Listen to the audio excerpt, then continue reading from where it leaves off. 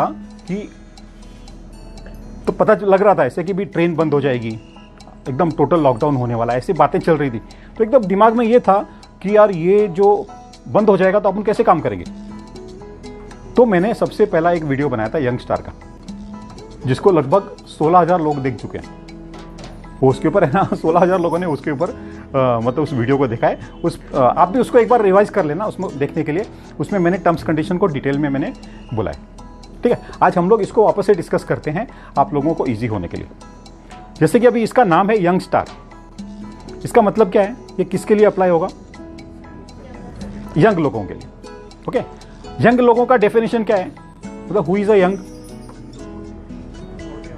अभी जैसे वो जो अपना राजीव गांधी जब प्राइम मिनिस्टर बना था, वो यंग प्राइम मिनिस्टर था, 40 पे शायद बना था, या 40, उसको यंग बोलते थे, है ना।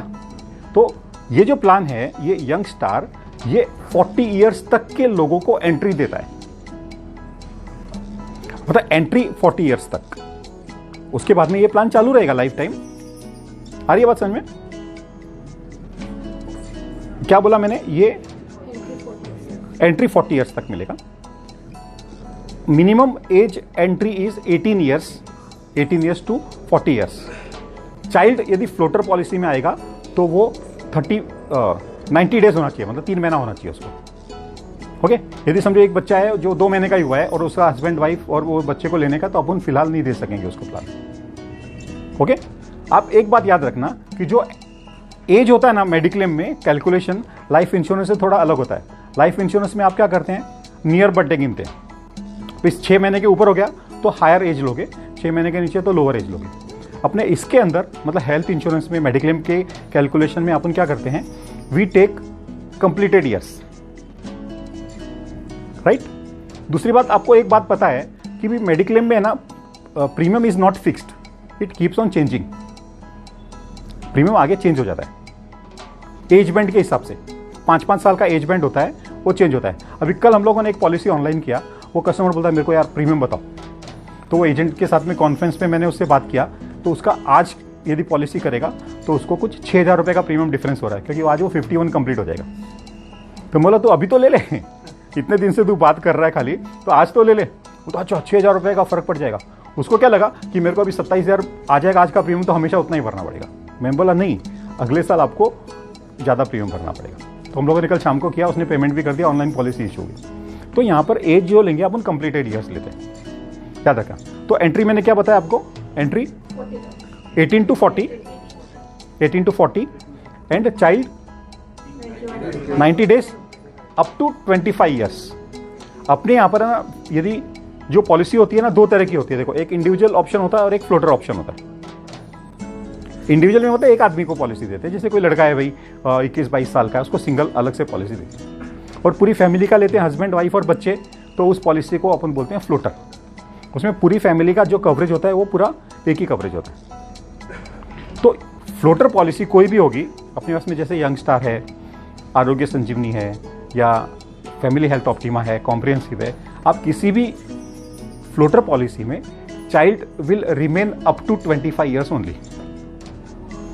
जब उसका 25 साल का एज कंप्लीट हो जाएगा तो उस पॉलिसी से वो सेपरेट हो जाता है, उसको कंटिन्यूटी देके अपन अलग पॉलिसी दे देते हैं, राइट। तो यहां पर भी अप टू 25 ईयर्स तक वो पॉलिसी में रहेगा, बाद में वो सेपरेट हो जाएगा।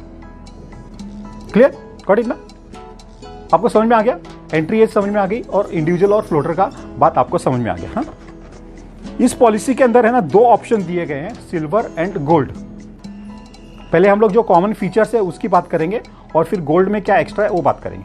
ओके, इसको यदि आप ऑनलाइन इश्यू करते हैं और कस्टमर को इंस्टॉलमेंट चाहिए तो वो भी दिया जा सकता है, लेकिन वो ऑनलाइन पे ही एप्लीकेबल होगा। मंथली दे सकते हैं, क्वार्टरली दे सकते हैं, हाफ ईयरली दे सकते हैं। ये 3 इंस्टॉलमेंट हम लोग दे सकते हैं। क्लियर? मंथली के ऊपर जो ईयरली प्रीमियम होता है उसके ऊपर 4% एक्स्ट्रा लग के डिवाइड बाय 12 उसका प्रीमियम आता है। क्वार्टरली पे 3% ऐड होके डिवाइड बाय 4 और हाफ ईयरली पे 2% एक्स्ट्रा डिवाइड बाय 2। इसमें ना आपको ऑनलाइन करना होगा, डेबिट कार्ड और selected all credit card and selected debit card. हाँ, तो उसमें क्या होगा, उसका ऑटोमेटिकली उसके कार्ड के ऊपर हो जाएगा। लेकिन ये आपका ऑनलाइन ही होगा, हाँ, ऑफलाइन नहीं कर सकेंगे हम लोग। अपने पास में नच या ECS वाला ऑप्शन नहीं है।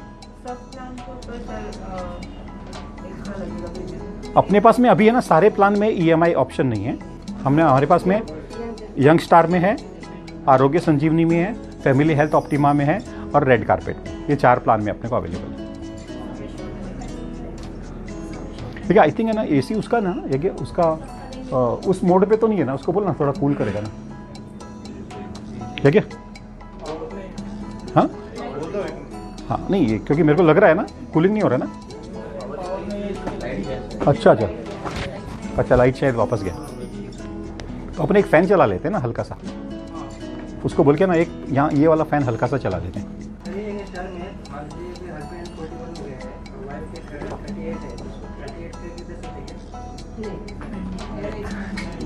तो यदि हस्बैंड को लेना है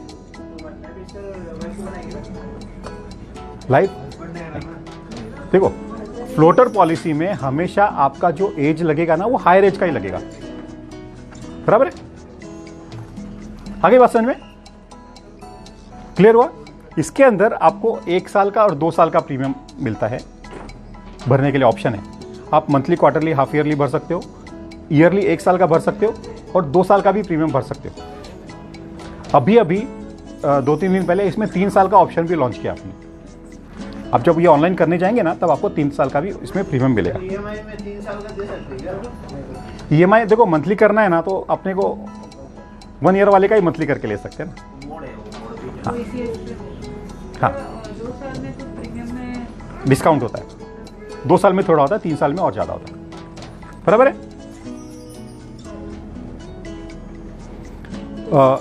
खास बात, यदि समझो अभी किसी को सिंगल को अपने पॉलिसी दिया है, एक लड़का था 25 साल का, उसको अपनी ये पॉलिसी दिया, अगले साल उसका शादी हो गया, तो उसकी वाइफ को हम लोग मिड टर्म ऐड कर सकते हैं। मिड टर्म ऐड कर सकते हैं मतलब उसको बीच में ऐड करके दे सकते हैं, लेकिन वो कंडीशन क्या है, विथिन 45 डेज आपको करना पड़ेगा। शादी के बाद 45 डेज के अंदर अंदर हम उसको ऐड करके ले सकते हैं।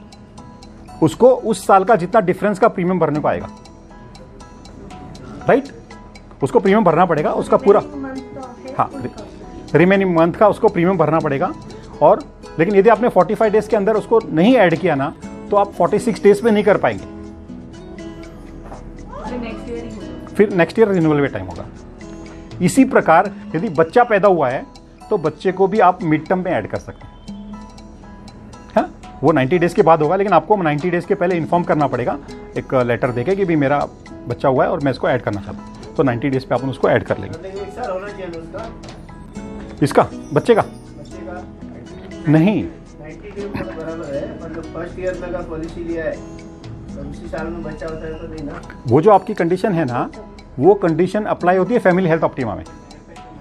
यहाँ पर हम मिड टर्म में उसको ऐड करके देते हैं, फर्स्ट ईयर में भी बच्चा हो तो भी ऐड करके देते हैं। हाँ, राइट, गॉट इट ना? प्रीमियम लगेगा इसमें। फैमिली हेल्थ ऑप्टिमा में क्या होता है, हम 16 दिन के बाद में ऐड करते हैं, लेकिन उसका पैसा नहीं लेते हैं, खाली 50,000 का ही कवरेज देते हैं। इसमें फुल कवरेज मिलेगा उसको, ठीक है ना? यदि किसी ने समझो कोई बच्चा दत्तक लिया है, एडॉप्ट किया है, ओके, कोई ट्रस्ट से लिया है या अनाथ आश्रम से लिया है या कोई रिलेशन में लिया है, और उसके डॉक्यूमेंट्स आप सबमिट करेंगे तो 45 डेज के अंदर अंदर उस बच्चे को भी हम इसमें ऐड करके दे सकते हैं।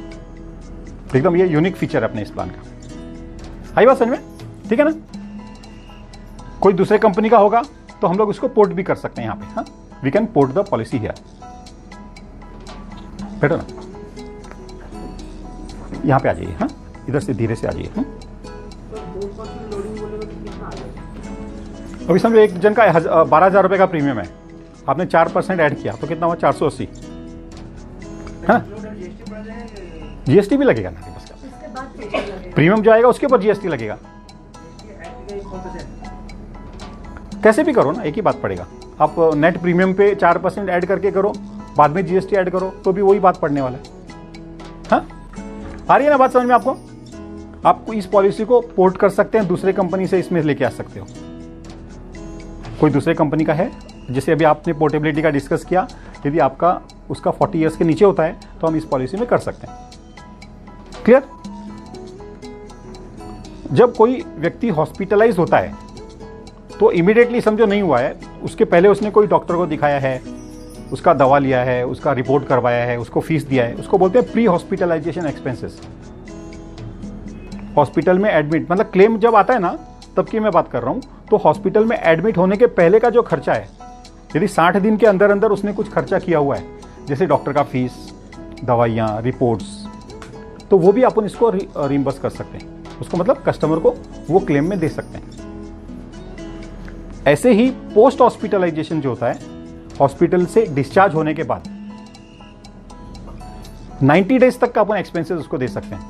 निकलने के बाद में क्या खर्चा होता है, वो फॉलोअप के लिए जाता है, वापस से कुछ टेस्ट करवाया, कुछ दवाइयाँ लिए, उसको बोलते हैं पोस्ट हॉस्पिटलाइजेशन एक्सपेंसेस, वो भी अपन दे सकते हैं। अभी होता है क्या है, देखो क्लेम के लिए 24 आवर्स हॉस्पिटलाइजेशन इज मस्ट।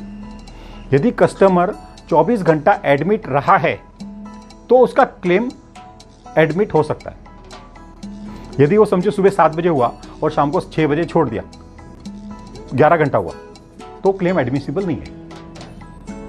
समझ लेना इस बात को।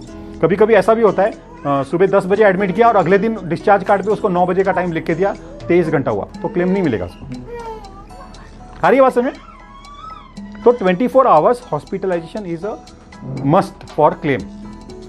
लेकिन आजकल एडवांस टेक्नोलॉजी के कारण बहुत सारे जो ट्रीटमेंट होते हैं ना, सर्जरीज होते हैं, कुछ प्रोसीजर्स होते हैं, हाँ, तो वो प्रोसीजर को 24 आवर्स रहने की जरूरत नहीं होती है हॉस्पिटल में, उसको एडमिट रखने की जरूरत नहीं होती है 24 घंटा, उसको हार्डली 10 मिनट, 15 मिनट, 1 घंटा, 2 घंटे में उसको डिस्चार्ज कर दिया जाता है।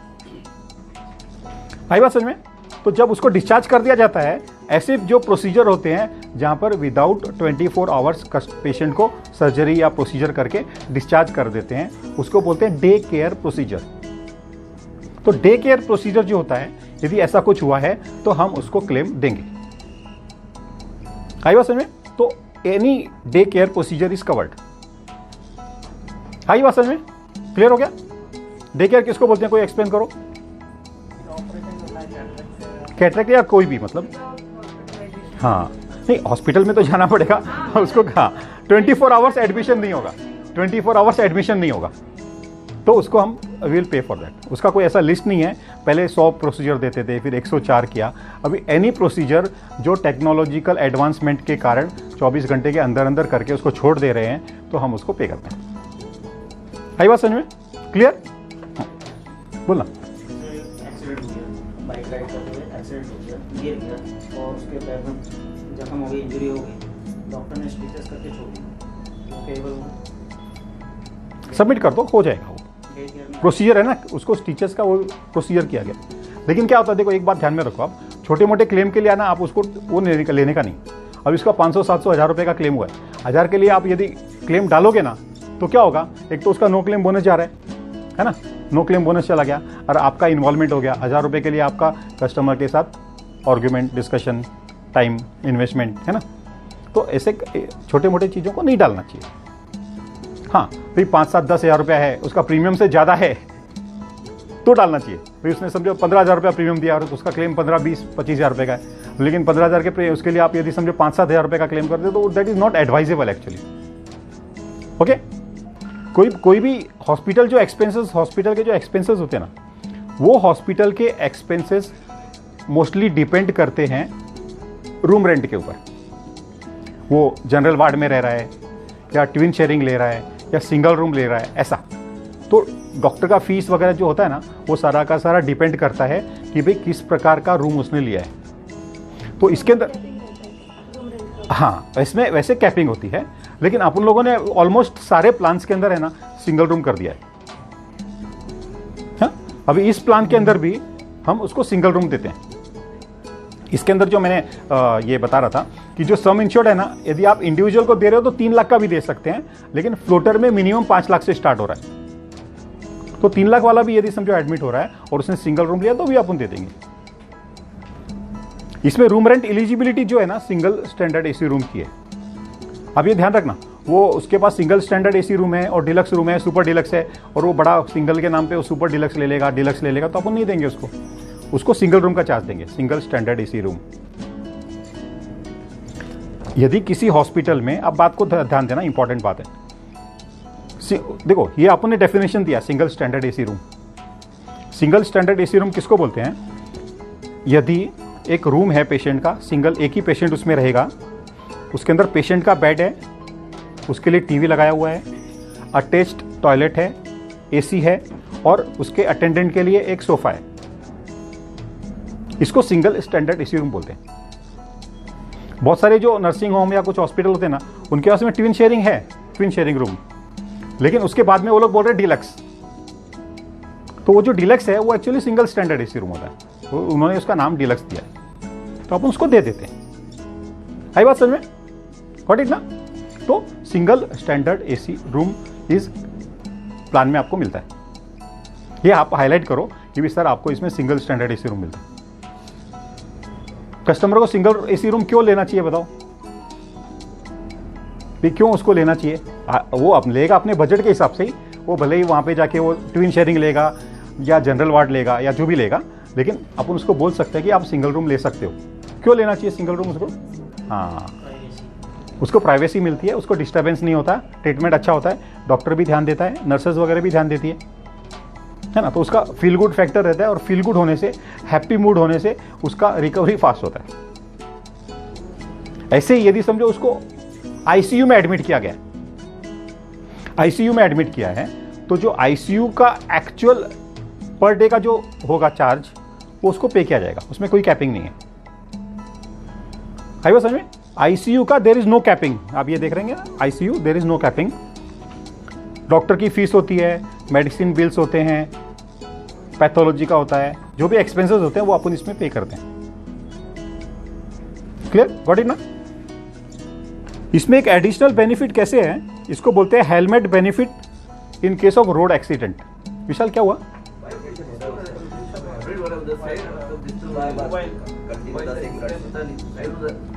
बाहर की तरफ रखा हुआ है, ठीक है, उसको देखना है किसका है ना, उसको हटा लेते हैं।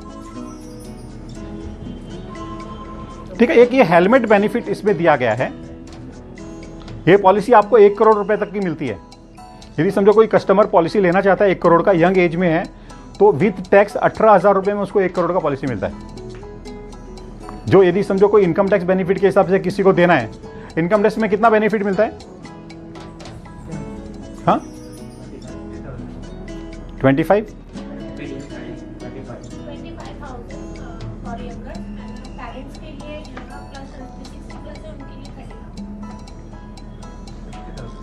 50,000 75,000 मैक्स।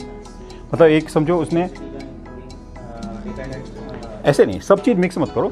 अभी समझो आपने पॉलिसी लिया, ठीक है, आपने अकेले ने पॉलिसी लिया, ओके, तो आप एक मिनट, तो आप है ना, सुनो, आप सिंगल है, ओके, तो आपको 25,000 तक का इनकम टैक्स में एग्जम्पशन मिल रहा है, तो यहाँ पे आपको 18,000 ही भरना है, तो आप कितने का पॉलिसी लोगे? हाँ,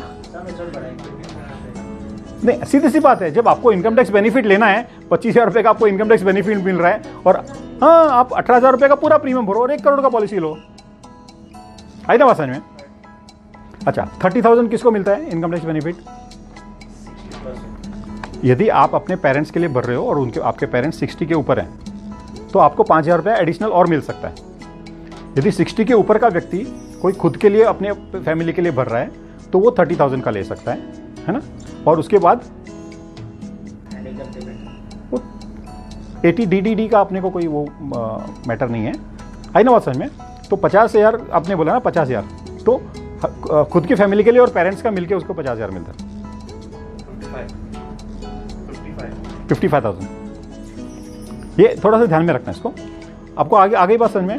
तो ये जो हेलमेट बेनिफिट में बता रहा था ना, 1 करोड़ का दे दो पॉलिसी किसी को भी, यंग एज वाले को, उसको छोटा पॉलिसी देने का नहीं, राइट? अभी है ना, कोई 2 व्हीलर चला रहा है, अभी देखो यहाँ पे है ना, आपके एरिया में ना 2 व्हीलर के एक्सीडेंट बहुत होते हैं, है ना, बहुत सारे क्लेम अपने आते हैं, फिर बाद में क्लेम भी दिया और डेथ भी हो गया। डेथ क्यों होती है? क्योंकि उसने हेलमेट नहीं लगाया, सर पे चोट लग गया, डेथ हो गई। एक एज अ सोशल एंगल हम लोग इसमें क्या कर रहे हैं कि यदि आप हेलमेट लगा रहे हो और आपका एक्सीडेंट हो गया और आपका सम इंश्योर्ड से खर्चा ज़्यादा हो रहा है तो हम आपको 25% एक्स्ट्रा खर्चा दे सकते हैं। हाँ, सम इंश्योर्ड का 25% एक्स्ट्रा दे सकते हैं, maximum up to 10,000 rupees, 10 lakh rupees. यदि जैसे 1 करोड़ का पॉलिसी है तो 25 लाख नहीं, 10 लाख मैक्सिमम। आ रही है बात समझ में आई? क्या बोला मैंने? क्लियर करो ना, मेरे को एक्सप्लेन करो तब मेरे को समझ में आएगा। हाँ, हेलमेट बेनिफिट,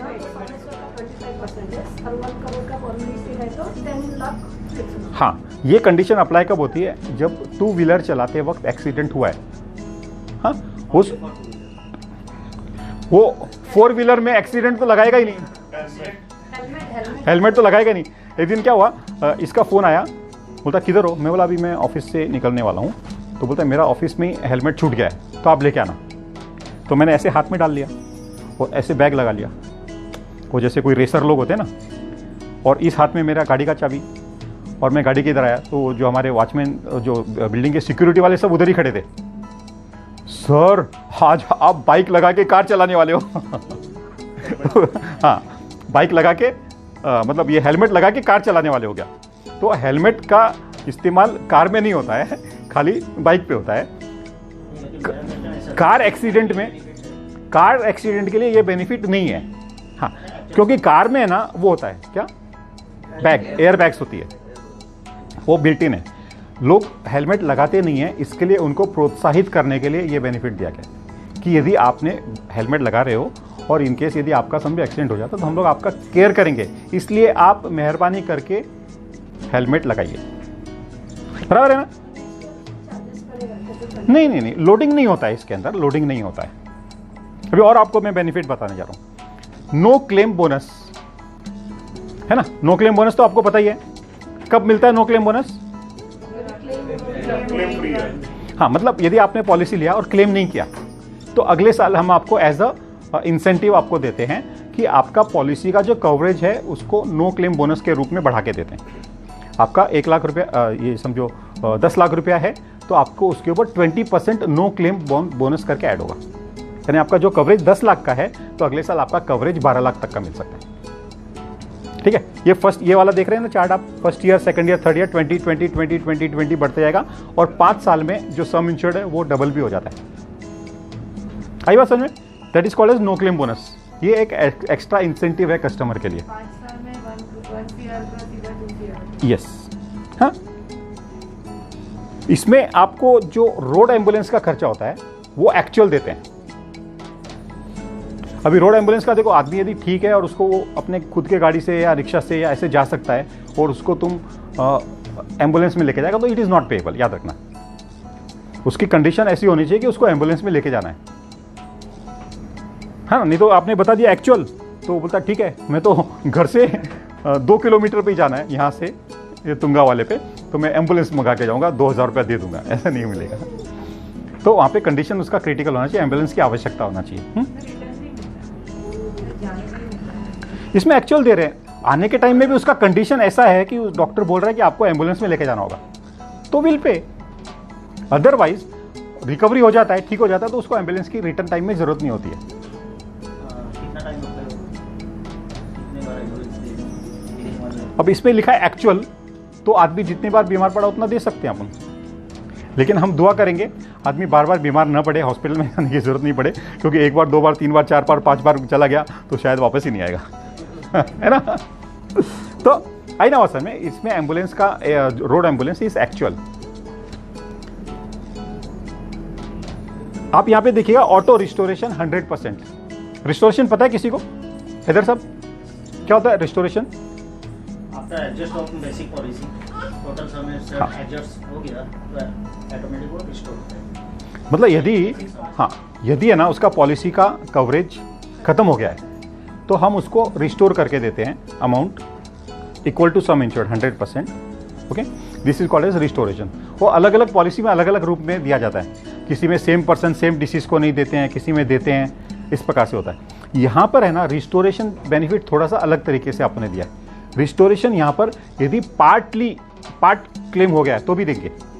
पार्ट क्लेम यानी समझो 10 लाख का पॉलिसी किसने लिया और उसका 2 लाख रुपए का क्लेम आया तो भी यहाँ पर उसको रिस्टोरेशन हो जाता है। कितना रिस्टोरेशन हो जाता है? 10 लाख रुपया रिस्टोरेशन हो जाता है। यानी उसका जो क्लेम अमाउंट इसके अंदर दिया है हमने, यदि उसका 10 लाख का 10 लाख खत्म हो गया तो 10 लाख और दे देंगे अपन। लेकिन यहां पे हम कैसे दे रहे हैं? यदि उसने पार्ट क्लेम लिया, समझो 2 लाख रुपए का क्लेम लिया, तो हमने रिस्टोरेशन तो पूरा कर दिया, लेकिन वो 2 लाख रुपया का जो क्लेम दिया वो उसमें रिफिल हो जाएगा, तो उसका पूरा सम इंश्योर्ड वापस बचेगा। 10 लाख का 10 लाख बचेगा, यानी नेक्स्ट क्लेम वो 10 लाख ले सकता है। समझो वापस से उसका 3 लाख का क्लेम आ गया, तो 3 लाख रुपया वापस से रिफिल हो जाएगा, वो 10 लाख रुपए का क्लेम ले सकता है। बराबर है बात? क्लियर ना? एक क्लेम अपन 10 लाख का ले ही सकते हैं। सिंगल क्लेम 10 लाख का आप एनी टाइम ले सकते हो पॉलिसी में। ये जो रिस्टोरेशन होगा मैक्सिमम अप टू 10 लाख होगा। सर्विस समझ में आ रहा है ना तेरे को? हाँ, कुछ क्वेश्चन रहेगा तो आप मेरे को पूछ लेना, कोई इशू नहीं है। सपोज एक पार्टी एडमिट हुआ, 8 लाख का एक्सपेंसेस हो, 8 लाख उसने ले, सेकेंड टाइम वापस वो एडमिट हो रहा है, तो उसको कितना क्लेम आएगा? अभी ये पॉलिसी में पॉलिसी कितने का लिया उसने? 10 लाख का पॉलिसी लिया है यंगस्टर उसने, ओके, और उसका क्लेम आ गया 8 लाख रुपए का। हमने 8 लाख रुपया दे दिया और उसका 2 लाख रुपया बचा है। रिस्टोरेशन कितने का होगा? नहीं, रिस्टोरेशन तो 100% हो गया। 10 लाख का रिस्टोरेशन हुआ, रिस्टोरेशन 10 लाख का हुआ है, 12 लाख उसका एलिजिबिलिटी है, लेकिन सिंगल क्लेम 10 लाख से अधिक नहीं देंगे। मैंने आपको बताया ना, हम उतना ही रिफिल कर रहे हैं, तो 8 लाख रिफिल हो गया, बाकी का 2 lakh 10 lakh. Clear? Single claim 10 lakh से अधिक नहीं मिलेगा, राइट? कोई भी रिस्टोरेशन होगा ना कहीं पे भी, single claim cannot exceed sum insured. आई बात समझ में? 10 लाख एग्जाम्पल है या 5 लाख वालों को भी? 5 लाख वाले को भी। ये तो अपन एकदम रैंडम एग्जाम्पल लेके बात कर रहे हैं हम लोग, है ना? ठीक है ना? अच्छा, अभी देखिए, ये एक है हेल्थ चेकअप एवरी ईयर। मैंने यहां पे अमाउंट लिखा है आपको, इंडिविजुअल और फ्लोटर का सम इंश्योर्ड के अगेंस्ट में मैंने लिख के दिया है कि भाई कितना उसको ये मिल जाएगा। हेल्थ चेकअप वो ले सकता है नेक्स्ट ईयर। इस साल पॉलिसी खत्म हुआ, रिन्यू किया, तो उसके बाद में उसको हेल्थ चेकअप बेनिफिट मिलता है। यदि वो प्लान चेंज करेगा, बोला अभी यंगस्टार से मेरे को कॉम्प्रिहेंसिव दे दो, और बोलेगा मेरे को हेल्थ चेकअप दो, तो नहीं मिलने वाला, याद रखना। सेम प्लान रिन्यू होगा तो ही उसको हेल्थ चेकअप बेनिफिट मिलता है, और ये अमाउंट दिया है। हेल्थ चेकअप का भी मैंने एक वीडियो बनाया हुआ है, आप लोग उसको जरूर से देखना, उसमें मैंने एकदम कंप्लीट डिटेल उसके ऊपर बताया। याद रखिएगा, हेल्थ चेकअप बेनिफिट अवेल करने के लिए claim should be at network hospital. Network hospital पे ही क्लेम होना जरूरी है। यदि वो कहीं पे भी करवा के रिपोर्ट देगा तो अपन हेल्थ चेकअप बेनिफिट नहीं देंगे। नेटवर्क हॉस्पिटल पे इस प्लान में हेल्थ चेकअप बेनिफिट में खासियत ये है कि यदि उसने क्लेम लिया है पिछले साल तो भी हेल्थ चेकअप ले सकता है। आप इस चीज का यदि इस्तेमाल करोगे ना हेल्थ चेकअप वाले बेनिफिट का, तो आपको बेनिफिट मतलब अच्छा मार्केटिंग कर सकते हैं आप। आई बात समझ में? तो आपको क्या करना है, इसका बेनिफिट लीजिए आप कस्टमर को हेल्थ चेकअप बेनिफिट के बारे में बताइए। मोस्ट इंपॉर्टेंट बेनिफिट यहां पे एक जो मैं बताने जा रहा हूं, यदि किसी ने ये पॉलिसी 36 ईयर्स के पहले लिया है, भले 25 साल पे लिया होगा, 36 के पहले लिया है, और उसने 40 तक विदाउट ब्रेक प्रीमियम भरा है। विदाउट ब्रेक प्रीमियम का मतलब क्या है कि उसने ड्यू डेट के पहले पहले भरा है। आई बात समझ में? उसने ड्यू डेट के पहले पहले प्रीमियम भरा है, तो उसको हम नेक्स्ट ईयर यानी 41st ईयर का जो प्रीमियम भरेगा वहां पर 10% प्रीमियम डिस्काउंट देंगे। ध्यान से सुनना। आई बात समझ में? कोई मेरे को एक्सप्लेन कर सकता है? क्वेश्चन है, हाँ, सपोज 15,000 प्रीमियम पे कर रहा है, नेक्स्ट ईयर में 41 में उसका 20,000 हो गया, तो उसका प्रीमियम एक्चुअल ग्रोथ हुआ 5,000। वो छोड़ दो, उसका 20,000 उसका जो प्रीमियम है उस पर 10% एक्चुअल प्रीमियम पे 10%, 2,000। आई ना बात समझ में? ये जो है बिफोर 36 ईयर्स के पहले पहले उसको पॉलिसी ले लेना है। 37 पे पॉलिसी लेगा तो उसको ये बेनिफिट नहीं मिलने वाला है। सपोज 30 इयर्स में लिया, 30 साल पे उसने पॉलिसी लिया साल पे लिया, तो 40 इयर्स तक उसको पे करना है आप, विदाउट ब्रेक। उसके बाद उसको और अभी समझो उसने नेक्स्ट ईयर भी वापस से बिफोर ड्यू डेट भर दिया, तो उसमें भी अगले साल उसको वापस से 10% मिलेगा। हाँ, लेकिन उसमें कंडीशन ध्यान रखना, उसको जो कंडीशन है वो उसको premium should be paid before due date. क्योंकि ड्यू डेट के बाद भरता है, समझो 1 दिन 2 दिन के बाद में, तो 2 दिन का उसका ब्रेक पीरियड पड़ जाता है, वो पॉलिसी ब्रेक आ जाता है। उसको every year आपको बात समझ में आई? ये बेनिफिट भी एक बहुत अच्छा बेनिफिट इस पॉलिसी का है। और दूसरा जो एक और इसके अंदर बेनिफिट है, मैंने यहाँ पे बताया नहीं है, मैंने उसको बोलते हैं वेलनेस बेनिफिट। वेलनेस बेनिफिट पे भी मैंने एक वीडियो आपको बना के दिया हुआ है, आप उसको थोड़ा सा सुनिएगा। कंटिन्यूटी के बारे में हाँ, सपोज 30 में लिया उसने 25 में लिया, 10 ईयर्स तक अप टू 35 ईयर्स तक उसने रेगुलर पे किया विदाउट पे। 37, 38, 39 में उसने गैप डाल दिया, और 41 में उसको मिलेगा कंटिन्यू, ये 10% गैप नहीं चाहिए। उसका पहले गैप हुआ होगा तो चलता है, लेकिन 36 टू 40 ईयर्स तक गैप नहीं चाहिए। हाँ, पहले हो गया तो चलेगा। वेलनेस बेनिफिट का अपन बात कर रहे हैं, 41 से ये राशि कंटिन्यू मिलते रहेगा। लेकिन वो ड्यू डेट के पहले भरेगा तो हाँ लाइफ टाइम दे सकते हैं हम उसको, एक डिस्काउंट लाइफ टाइम दे सकते हैं। दूसरी बात क्या है, ये जो वेलनेस बेनिफिट बता रहा हूँ, इसमें भी 10% डिस्काउंट मिल सकता है, इसमें भी 10% डिस्काउंट मिल सकता है। वो उसको अपना जो एक स्टार पावर ऐप है उस पर रजिस्टर करने का, ये पॉलिसी लेने के बाद, और वो जो जो एक्टिविटी करता है, physical activity, walking, jogging, swimming, gym का मेंबरशिप, एक्सरसाइज का जो है, डाइट कर रहा है, कंसल्टेशन किया डॉक्टर, वो सब एवरीथिंग उसको वहाँ पे रिकॉर्ड करना होता है, तो उसके ऊपर उसको है ना ये डिस्काउंट मिलता है, वो भी 10% तक का डिस्काउंट मिल सकता है। यदि ये कोई कस्टमर अच्छा हेल्थ फ्रिक है तो वो 20% डिस्काउंट पॉलिसी पे ले सकता है। वॉकिंग करेगा, स्टेप काउंटर होते हैं ना, वो उसको अपलोड करना होता है कि आज इतना एवरेज साल भर का उसका यदि 8000 से ज़्यादा हुआ है ना, तो उसको 10% डिस्काउंट हो जाएगा। तो ये आप इसको वो वाला वीडियो भी अच्छी तरह से समझ लेना उसको पूरा, अभी तो मैंने एकदम शॉर्ट में लिया है, लेकिन वो बेनिफिट भी आप समझ लेना। ये जितने भी बेनिफिट्स मैंने अभी आपको बताए, ये बेनिफिट्स सिल्वर और गोल्ड दोनों प्लान के अंदर आएंगे। ओके, सिल्वर और गोल्ड दोनों के अंदर आएंगे, और गोल्ड प्लान के अंदर 2 बेनिफिट्स एडिशनल है, इसलिए थोड़ा सा प्रीमियम उसमें ज्यादा आएगा। For example, delivery expenses, delivery expenses हम लोग उसको 30,000 देंगे। It may be for caesarean और it may be for normal, but waiting period 3 years। Okay, और दूसरा एक एनी 30,000 फिक्स्ड अमाउंट है। हॉस्पिटल कैश बेनिफिट है, जो उसके हॉस्पिटल में एडमिट रहने के दौरान 1000 रुपीज पर डे का देंगे, मैक्सिमम 7 days पर हॉस्पिटलाइजेशन, और 14 days इन अ ईयर। एक ये एडिशनल बेनिफिट है।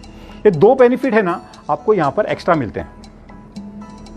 आई बात समझ में? अभी यहां पर आप थोड़ा सा वेटिंग पीरियड का क्लॉज समझ लीजिए। फर्स्ट 30 days वेटिंग पीरियड होगा, आपको पता ही है। एक्सीडेंटल क्लेम के लिए कोई वेटिंग पीरियड नहीं है, लास्ट पेज पे आप देख रहे हैं, no waiting period for accidental claims. Pre existing disease कुछ होगा, पीडी, तो वो कवर होगा 1 साल के बाद ही, कोई 4 साल का कंडीशन नहीं लगता, जैसे बाकी पॉलिसी में होता है ना 4 साल का, यहाँ पे 1 साल के बाद ही कवर्ड है। हाँ, डायबिटीज वगैरह सब 1 year यदि उसको डायबिटीज है और पॉलिसी लिया तो 1 साल के बाद में कवर्ड है। डिलीवरी के लिए 36 मंथ का, यानी 3 साल का वेटिंग पीरियड है। और कुछ कुछ बीमारियों के लिए, ये जो यहाँ पे पिक्चर्स दिए हैं, इन बीमारियों के लिए वेटिंग पीरियड 1 year है, जो किसी पॉलिसी में 2 साल या अलग अलग कंडीशन रहती है, यहाँ पर 1 साल के बाद कवर्ड हो रही है। ये जो नीचे दिया है परमानेंट एक्सक्लूजन्स मैंने दिए हैं, ये जो बीमारियां, इनफैक्ट ये बीमारियां नहीं है, कुछ अलग चीजें हैं, ये उसको लाइफ टाइम में कभी भी क्लेम में नहीं मिलेंगी। आई बात समझ में? जैसे देखे ना, ये वेटलेस का है, कोई ड्रग्स के कारण, स्मोकिंग के कारण, सुसाइड अटेम्प्ट, या इस तरह के अलग अलग चीजें जो नॉन पेएबल होते हैं, ये नहीं पे होंगे कभी भी। आपको आ गया प्लान अच्छी तरह से समझ में? आपको कुछ ऐसा कुछ लग रहा है कि इसमें अपने को और कुछ क्वेश्चन है, कुछ डाउट है, तो आप मेरे को पूछ सकते हैं। प्रीमियम है ना, मेरे व्हाट्सएप के कैटलॉग में से आप ले लीजिएगा। हाँ, उसमें है, इसमें मैंने नहीं दे सका मैं, क्योंकि यहाँ पे जगह नहीं बचा। वो अपने ऐप पे नहीं है ना। है ना? कौन सा ऐप आप आपको चाहिए तो ना, स्टार अपना एजेंट ऑक्स करके एक ऐप है, वो डाउनलोड कर लेना। प्री कैल्क तो आप छोड़ दो, वो उसमें था प्रीमियम अपडेट हुआ नहीं। वो है ना आपका वो कोई बात नहीं, आप है ना छोड़ दो। एजेंट ऑक्स करके है, वो डाउनलोड कर लो। आपको एजेंट ऑक्स थर्ड पार्टी ऐप है, और दूसरा एक ये है अपना स्टार प्रीमियम, एक ऐप है, थर्ड पार्टी ऐप है वो भी, और एक है अपना एटम आपका जो है ना, उसमें भी आप यूज कर सकते हो। स्टार एटम के अंदर भी आपको प्रीमियम मिल जाता है। स्टार एटम कंपनी का ऐप है।